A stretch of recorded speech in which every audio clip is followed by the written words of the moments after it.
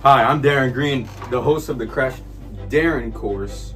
You know, the only show where we discuss multiple subjects like science, world history, and especially advanced place in United States history so that we can help educate students like you. So, for today's first discussion, Power off. and probably the last, I'm going to teach you guys about the California Gold Rush of 1849. That means we're going all the way back to the 19th century when America was going through drastic changes. First, we need to talk about the early 19th century, which was when America showed the world that they were a strong nation as they gained victory in the War of 1812, gained the Louisiana Purchase, and achieved another victory against the Mexicans in the Mexican-American War. Due to these events, the world noticed that America was becoming a powerful nation. Along with the Monroe Doctrine, the United States during this time period had bigger focus with the nation. As Americans were slowly migrating to the West, a single man made an observation that would change the shape of American history. His name being, Mr. Green! Would that man be Henry Ford? He was the one who discovered the Ford Model T. Oh, made from the past. I think you're confusing the 19th century as the 1900s, which still confuses me today, so I won't scold you this time. Did you say Henry Ford discovered the Ford Model T? Are you serious right now? That is way off topic. You know what? Why are you so stupid all the time?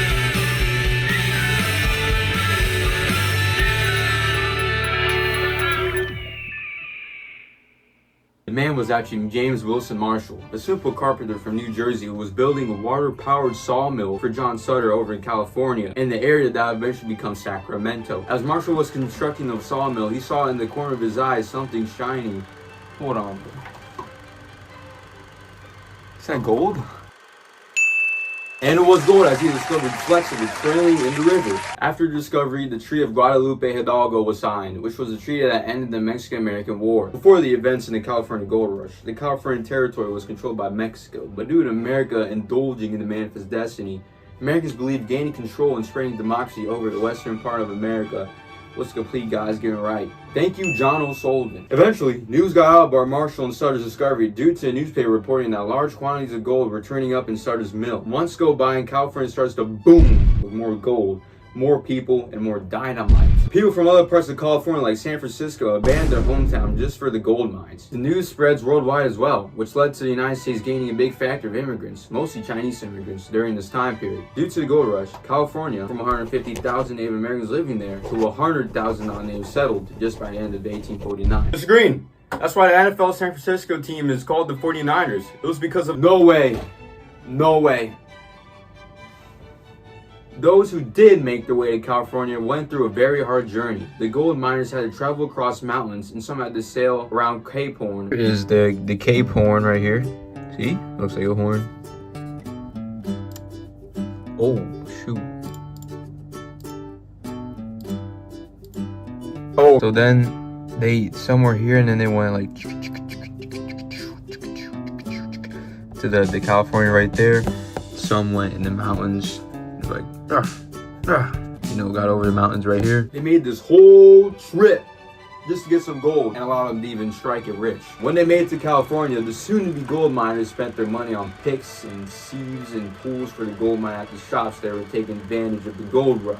A few years passed since the initial discovery, and now the California land was filled with boom towns. These small towns were called boom towns because the main purpose of the town was to take advantage of miners by providing shelter for them, feeding them, selling equipment for them, which then the sellers would be gaining money off of them as the miners gave money off the gold.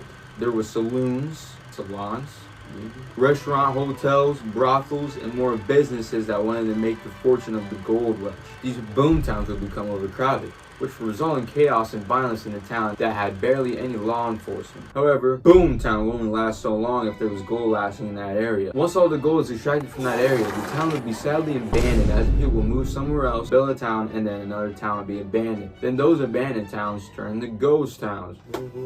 Me from the past, are you crying? No.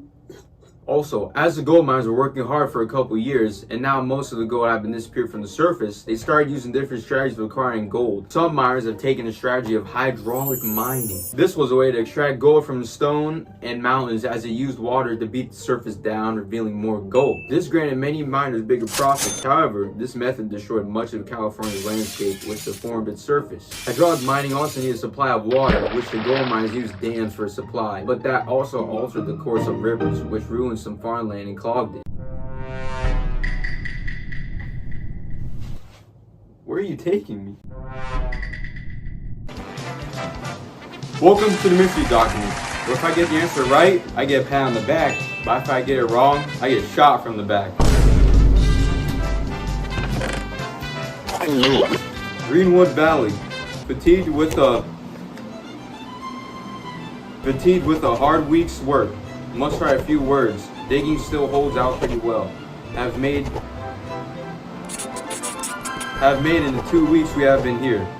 175.00 in gold. That gives me like no hints. Is the answer Snoop Dogg, David Knapp, John Marshall, or Will McArdle? How am I supposed to know? Well, he was a gold miner, and it was some hard work there. I can assume Snoop Dogg. I'll give you one last chance. John Marshall. Bruh.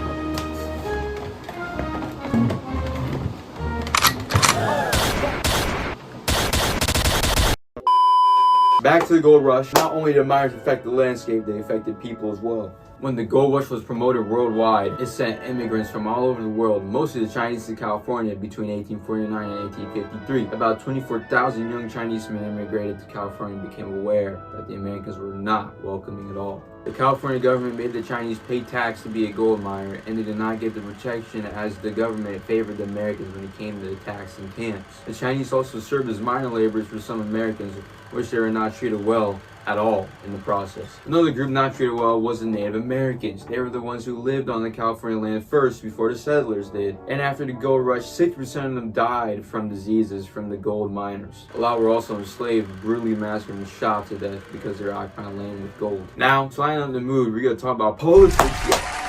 I'm sorry guys for saying this for last. Due to the gold rush, California was able to become a state and join the Union fast. However, was California going to be applied as a free state or a slave state?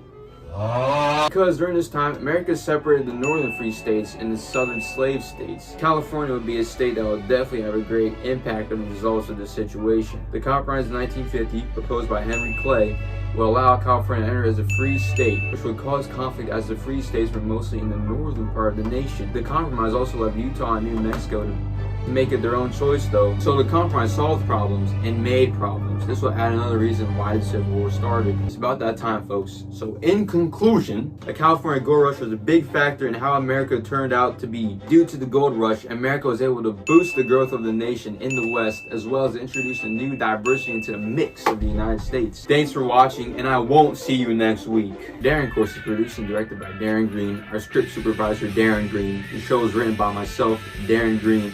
Our associate producer is Darren Green, and our graphics team is Darren Green too. Thanks for watching Darren Course, and as we say in my hometown, don't forget to cook the rice.